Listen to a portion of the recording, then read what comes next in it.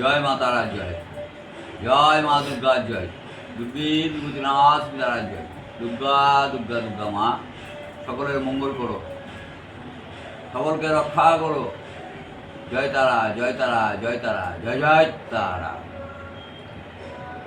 আজকে কথা আলোচনা জানতে চেয়েছে আমার কাছে, আমি আপনাদেরও বলছি, শুনুন কথাগুলো। এখন দুর্গা পুজো চলে এসছে, আজকে পঞ্চমী, কালকে হবে ষষ্ঠী পুজো। তো এই পঞ্চমীর আবহে আমি বলতে চাইছি, আপনাদের শোনাতে চাইছি, অনেকে আমার কাছে শুনতে চেয়েছে জিনিসটা। আমি যতটুকু জানি, যতদূর জানি ততদূরই আপনাদের বলবো। এটা হচ্ছে মহিষাসুর কীভাবে প্রজাপতির কাছ থেকে, প্রজাপতি ব্রহ্মার কাছ থেকে বর আদায় করেছিলেন, শুনুন একটু। যখন মহিষাসুরের অত্যাচারে সবাই অতিষ্ঠ, তো ব্রহ্মা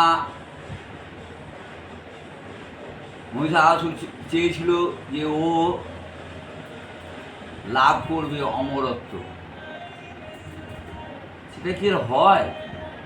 অমর বলে তো কিছু নাই, জন্মিলে মরিতে হবে, অমরকে কোথা পাবে। তো যখন এই কথা উনি শুনেছেন যে মৃত্যু তো হবেই, অবশ্যই হবেই, তখনই অমরত্ব বর লাভ করবেন। কার কাছ থেকে? ব্রহ্মার কাছ থেকে আদায় করবেন। সেটা কীরকম বর শুনুন তাহলে। ব্যাপারটা হচ্ছে, মহিষাসুর,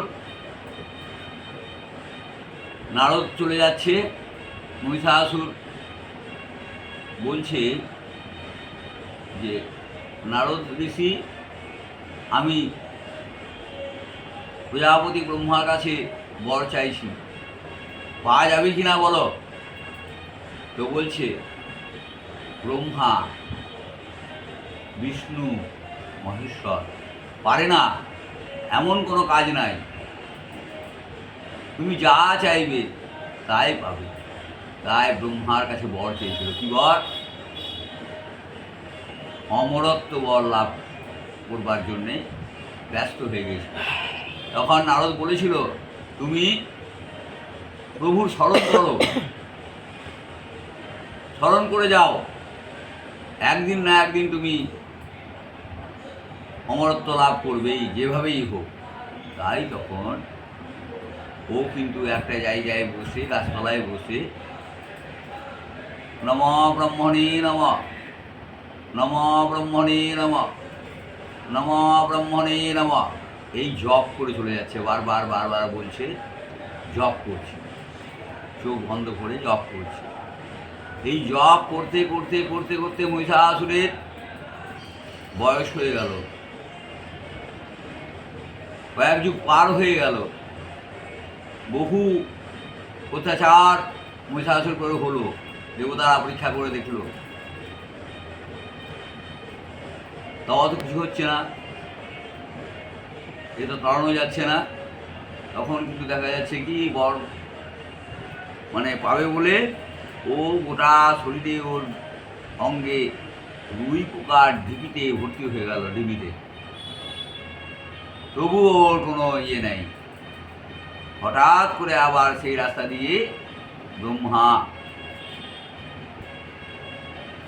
নারদকে সঙ্গে করে নিয়ে চলে যাচ্ছে দেবতারা। ওই ঢিবির মধ্যে থেকে শব্দ এলো, নমো ব্রহ্মণে নম, নমো ব্রহ্মণে নম, নমো ব্রহ্মণে নম।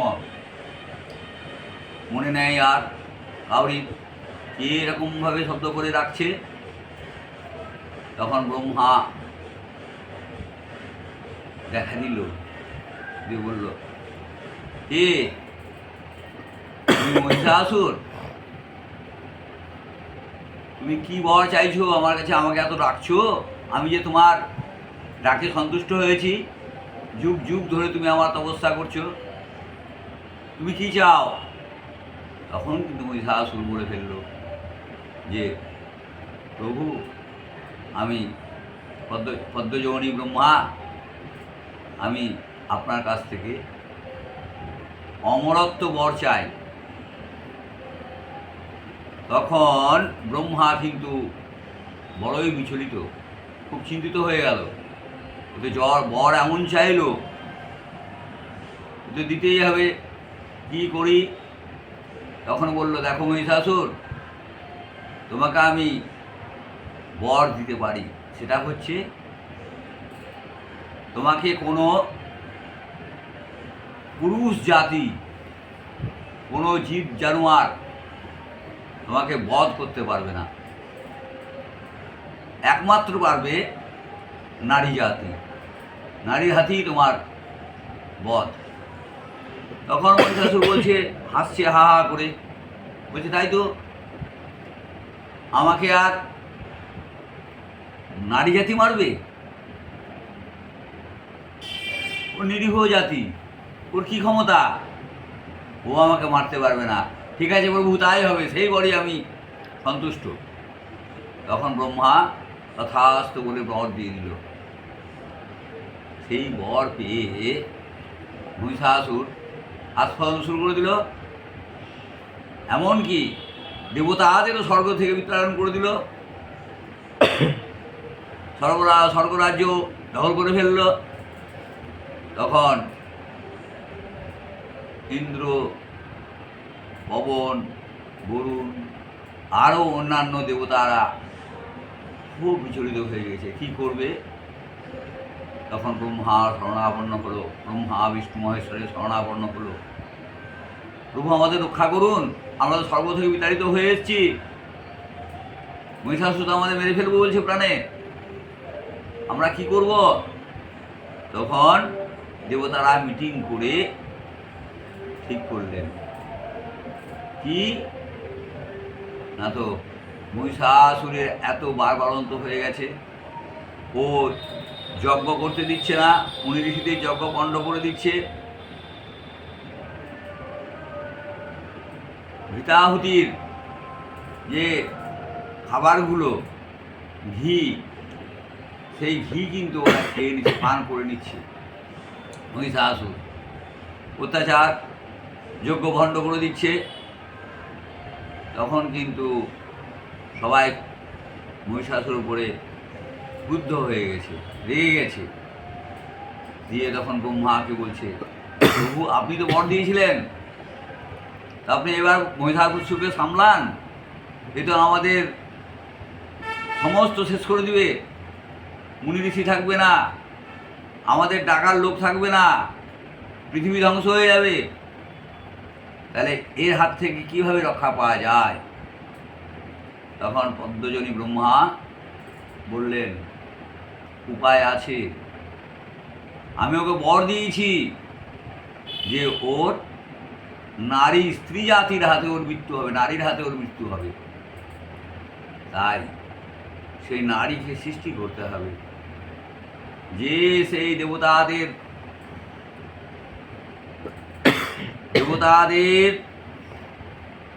দৃষ্টিতে যে নারীর সৃষ্টি হলো, তিনি হলেন মা দুর্গা। দুর্গতিনাশিনী তারা, দুর্গা দুর্গা দুর্গা মা দিয়ে মা দুর্গা তখন তৈরি হলেন, হয়ে সকল দেবতারা তাদের যেসব হাতের অস্ত্র ছিল, যেসব অস্ত্রে ওনারা যুদ্ধ করতেন, নিজেদেরকে জীবন রক্ষা করতেন, অপরের প্রাণ রক্ষা করতেন, সেই অস্ত্রগুলো ওনারা একে একে একে একে সমস্ত মা দুর্গাকে দিয়ে দিলেন, দান করে দিলেন। যে দেবী তৈরি করলেন, মা দুর্গা রক্তবর্ণা দেবী তৈরি হলো, হয়ে মহিষাসুরের সঙ্গে যুদ্ধ হলো। মহিষাসুরকে পরাস্ত করা ভারী মুশকিল। মহিষাসুর এক এক সময় এক এক রকম রূপ ধারণ করছেন। তখন কিন্তু মা এই রূপ ধারণ করতে করতে মহিষাসুরে তখন বলছে যে মহিষাসুরে বলছে, খনঙ্গর্য, তুমি বারে বারে তোমার এই চেহারা রূপে পরিবর্তন করছো, তুমি থামো, খনং গর্জ, তুমি কিছুক্ষণের জন্য গর্জাও, তারপরে দেখো আমি পিব মধু, খনঙ্গর্য পিব মধু, আমি একটু মধু পান করি, পান করে শক্তি মায় পেয়ে গেলেন, গিয়ে মহিষাসুরের সঙ্গে যুদ্ধ আরম্ভ করে দিলেন। ভয়ঙ্কর সেই কাণ্ড কারখানা হতে হতে মহিষাসুর পরাস্ত হলেন, একে একে সমস্ত অসুরকুল ধ্বংস হয়ে গেল। অবশেষে মহিষাসুর মায়ের সঙ্গে যুদ্ধ করতে এলেন, উনিও পরাস্ত হয়ে গেলেন, দিয়ে মায়ের পদতলে আশ্রয় নিলেন, বললেন, মা দেবী, আমি তোমার সঙ্গে পূজিতা হতে চাই, আমিও তোমার সঙ্গে থাকতে চাই মা, আমি তোমার পদতলে থাকতে চাই, যেখানে তোমার পুজো হবে সেখানে যেন আমারও পুজো হয়। সেই থেকে মা দুর্গার পুজো প্রচলন হয়ে যায়। জয় মা দুর্গা, জয় দুর্গে দুর্গনাশিনী তারা, জয় দুর্গা দুর্গা দুর্গা মা, মঙ্গল করো, রক্ষা করো, জয় মা চণ্ডী, জয়।